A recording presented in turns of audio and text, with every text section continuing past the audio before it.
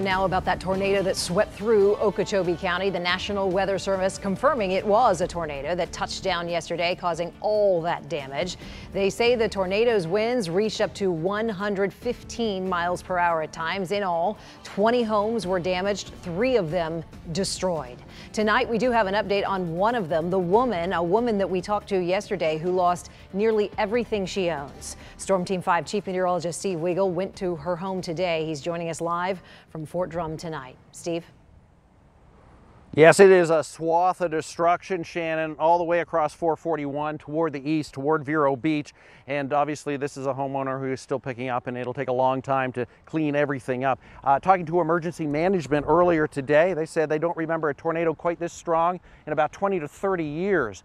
Now, destruction here across 441 to the west, more destruction.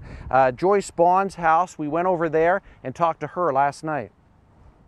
I just then started looking around and I couldn't believe it. All the windows in my house were broken out.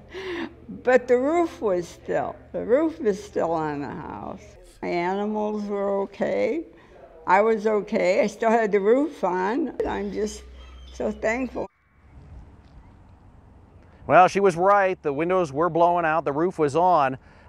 In her yard, though, is another roof from another house, another structure. We're not really sure where that came from. It's actually hanging out of a tree. It's unbelievable to see. EF2, winds well over 100 miles an hour, and an incredible swath of destruction here. I want to bring Alex Hagen in. You've been working this scene, too, during the day, talking to homeowners. What did they have to say? Well, Steve, perhaps some of the worst damage that we've seen from this tornado that touched down here yesterday. And we're on 358th Boulevard, 2 homes completely leveled. Rodney Kempel's home right here to my left, and then another one to my right, just off in the distance. And if you can see these folks, Rodney Kempel in the distance right now, they are recovering, in the process of recovering. What matters most. What pictures that were put away. On 358, searching in a sea of debris, you find whatever you can. Christmas photos. Through the wreckage, Rodney Kempel collects memories. A lot of baby pictures. His home destroyed after a tornado swept through. Tonight, he remains in good spirits. Tornado action. My senior picture. His sister Patty, who lives in Riviera Beach, is here to help. More senior pictures. Sorting and cleaning of what remains. These are like my mom's pictures. The feeling is overwhelming. You can't replace the memories or the photographs. It's unclear what's next for Rodney. He slept in his car last night, and he might do the same tonight. I don't know. Just next door, Can't do anything about it. Phyllis Fackler is the property owner of what's left of this mobile home. Right now, she's trying to figure out what to do. Find out whether I have to hire help or have volunteer help or if there's whatever. I don't know. Hard to imagine on a beautiful day like today, a tornado touched down more than 24 hours ago.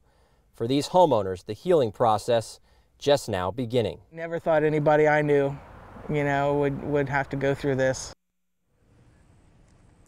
Actually, some good news for Rodney this evening. He did find his cat that we told you about yesterday that was missing. He found it this morning around 5 a.m. And Steve, this community, very tight-knit.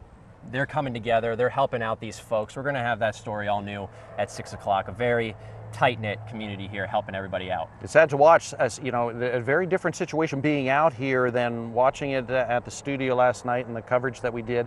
To see the homeowners picking up just anything they can find that they can save is really, thankfully the weather isn't too bad today and they can actually do some of this work. Yeah, and they've actually recovered a lot out here. So. Yeah, they have. Thanks, Alex.